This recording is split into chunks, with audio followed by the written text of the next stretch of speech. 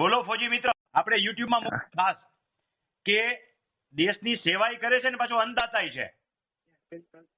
હા, એ વાત તો સાચી છે, પણ તમારો સાહેબ ખૂબ ખૂબ ખૂબ આભાર કે તમે એટલા બીજી શેડ્યુલ માંથી એટલો કિંમતી ટાઈમ આપ્યો. આ ફોજી માટે તો સ્પેશિયલ કાઢું. તમારો મેસેજ આવ્યો ને ત્યારે મારી પાસે ટાઈમ નહોતો, એટલે હું તમને ટાઈમ આપી શકું એમ નહોતો.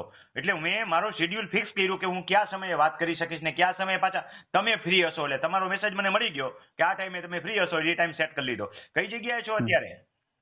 અત્યારે હાલમાં જમ્મુ કાશ્મીરમાં, કાશ્મીરની અંદર.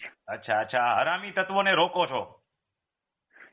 હા, એવું જ છે. એક મોટી જેલ છે જ્યાં બહુ મોટા મોટા ખુખાર કેદી હોય ત્યાં રાખેલા છે. હું ત્યાં છું ત્યારે. અચ્છા અચ્છા, સારું સારું. બોલો, આપને શું પ્રશ્ન છે એ કયો.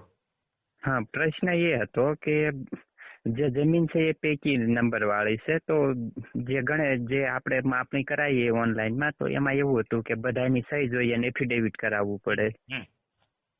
તો હવે એવું છે કે પહેલેથી શું છે કે કાંઈ કર્યું નહીં, ધીમેથી જાતું જ રાખ્યું છે. તો ધીમે ધીમે ખસતા એટલું થઈ ગયું છે કે આ વખતે ટપક નખાવી ને ત્યારે ખબર પડી કે 1 થી 1.5 વીઘા દબાણમાં આવી ગઈ છે. કાંઈ વાંધો નહીં. જુઓ, પ્રથમ તો આપણે આગળ જવા માટે પુરાવાઓ જોશે. બરોબર. કેમ કે તમે ત્યાં કોઈ હરામી તત્વને પકડો ને તો પુરાવા તો માંગે ને કે આર્મી વાળા પકડી આવ્યા છે, ખરેખર ત્રાસવાદી છે કે નહીં. તો એની પાસે દારૂ પકડાવવો જોઈએ. ન હોય તો આપણે ગમે ત્યાંથી ભેગો કરીને દેવો પડે કે આ રહ્યો આટલો પકડાનો, તો એનું પંચરોજ કામ ને બધું કરવું પડે. હા હા. એમ આની અંદર જે છે એ પ્રથમ ઈ હિસાબ આપણી તો તમારી થયેલી નથી, એટલે એ સહી કરશે નહીં. આપણે એ જરૂરી નથી. તમારો પૈકી નંબર છે, તમારી પૈકી માપણી એક કરાવી લો. પૈકી માપણી જે ઓનલાઈન કરાવે એમાં ઓલી રેખા અક્ષાંશ વાળી કરાવું કે નોર્મલ? સાદી અક્ષાંશ વાળી 10,000 રૂપિયા હેક્ટર થાય. આપણે સાદી માપણી જ કરો. બરોબર. અને કેટલી જમીન છે એમ બોલી જાવ ખાલી, એટલે હું ગણતરી કરીને કહી દઉં.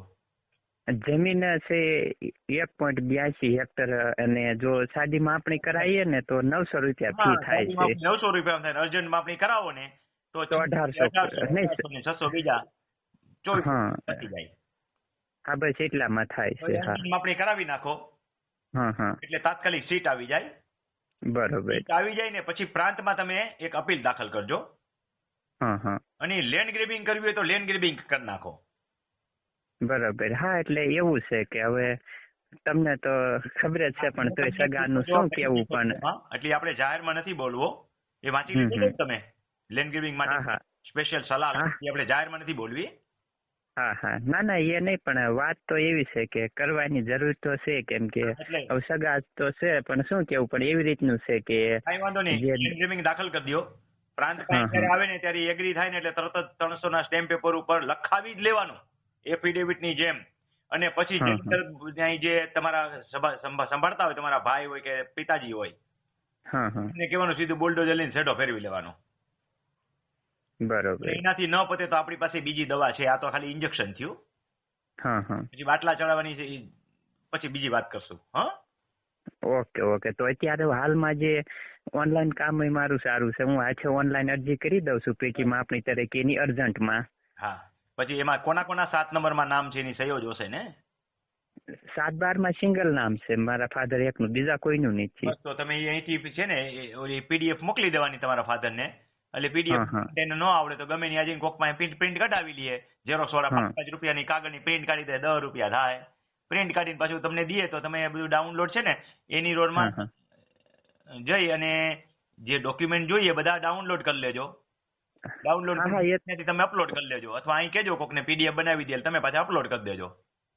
ના એ તો થઈ જાય છે. એ તો મને ખબર છે કે જે પેલું ફોર્મ નીકળે એમાં સહી કરીને એને સ્કેન કરીને પાછું અપલોડ કરવાનું. હા, એ બધું કરીને પછી પપ્પાને કહેવાનું કે આ કોપીઓ બધી દઈ આવો DLR માં, પૈસા ભરી દેવાના ઓનલાઈન, એની રિસિપ્ટ પીડીએફ દઈ દેવાની, એટલે એ લોકો અહીંથી પ્રિન્ટ કાઢી લેશે. તમે ત્યાં બેઠા બેઠા બધું કરી શકશો. અને આ લોકો બેઠા કાગળ મળી જશે. તમારે ગાઈડન્સ આપી દેવાનું પપ્પાને કે આ DLR માં જમા કરાય આવો.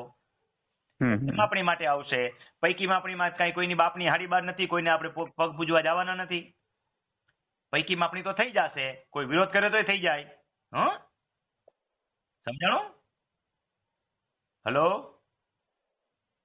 હલો, વાત થઈ ગઈ પૂરી? હલો.